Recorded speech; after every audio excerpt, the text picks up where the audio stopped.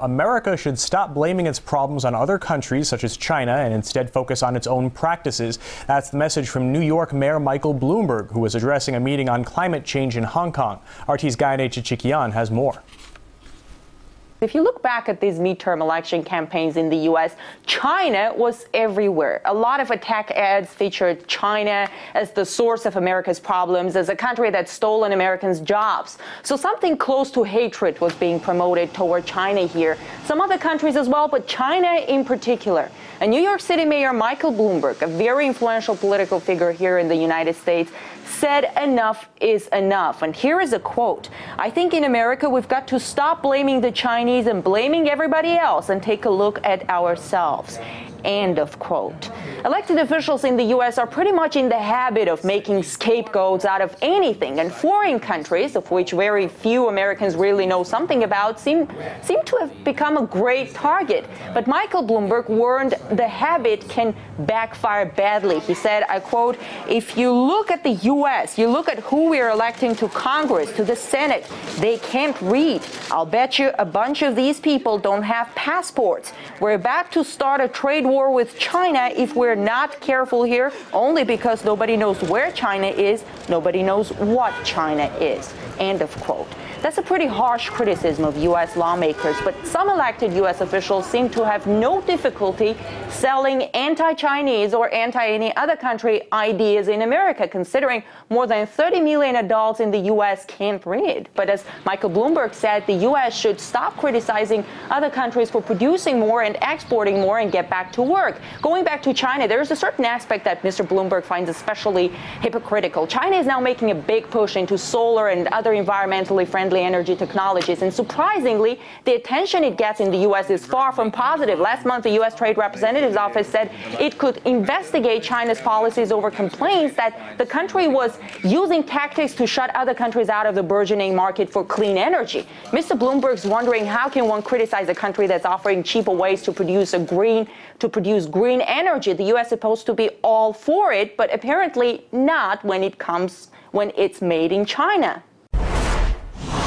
Let's get more views on Michel Bloomberg's comments from Istanbul-based journalist Richard Perez, who joins us live. Good to have you with us. So Mayor Bloomberg accused the majority of Americans of being ignorant about China and indeed any other country. How fair an assessment do you think that is? Well, it is true that 3/4 of Americans do not have a passport. So the odds are that 3/4 of the newly elected Republicans probably don't have a passport. But America has been fairly isolationist for the last 50 years, and it is a problem that they use excuses like the Chinese in the global economy, but they should work to compete better with them. So I agree with him on that point. But he's not quite a lone voice in this. Senator John Kerry recently spoke about what he calls a culture of know-nothingism among Americans. Now, he blamed right-wing media and talk radio for this. Who do you think is to blame? Well, I think it's not just the right-wing media. I think an example is the Islamic mosque controversy in New York City, which I wrote about a couple of weeks ago. Americans tend to not travel, they tend to not learn foreign languages, and America is very isolated from the rest of the world, and it's really an educational problem. But it is true that the Republicans have used the issue of trade in their advertisements. The fact is that everything is made in China, and in addition to that, the U.S. has been providing subsidies for its own products, like cotton, since the end of World War II. So it's part of a global economy. The U.S. is in a global economy, and they have to compete like everyone else and not look for excuses. I think that yes? No, continue with your comments. Go ahead. Well, Mayor Bloomberg, you know, he's a New Yorker. He's an in-your-face, independent Republican, a billionaire, one of the most successful business people in the world. So he's one of the few people in America who really doesn't care about the political impact of what he says. And he's very direct and very honest. but I think his comments should really be taken to heart. It is true that we meaning America, needs to be competitive with everybody.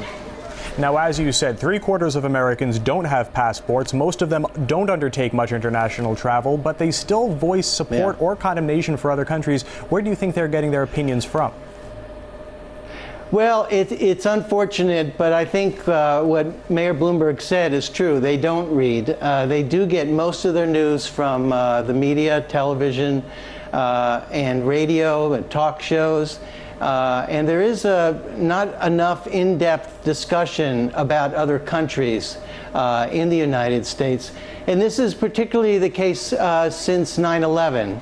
As you know, America was attacked and is almost hostile to the Muslim world and the business world, and feels somewhat surrounded by the international environment. I mean, it's unfortunate, but in the educational system, I think that's where America has to focus, get better educated, and more competitive. All right, Richard. For example, go ahead. Finish your thought. Finish your thought. Well, I mean, I'm an American living in Istanbul, being interviewed by a Russian television station. You compete with CNN and Al Jazeera, so it's an example of a global economy that everyone has to participate in. Absolutely. We'll have to leave it there. Richard Perez, journalist and author, joining us live. Thanks for your comments.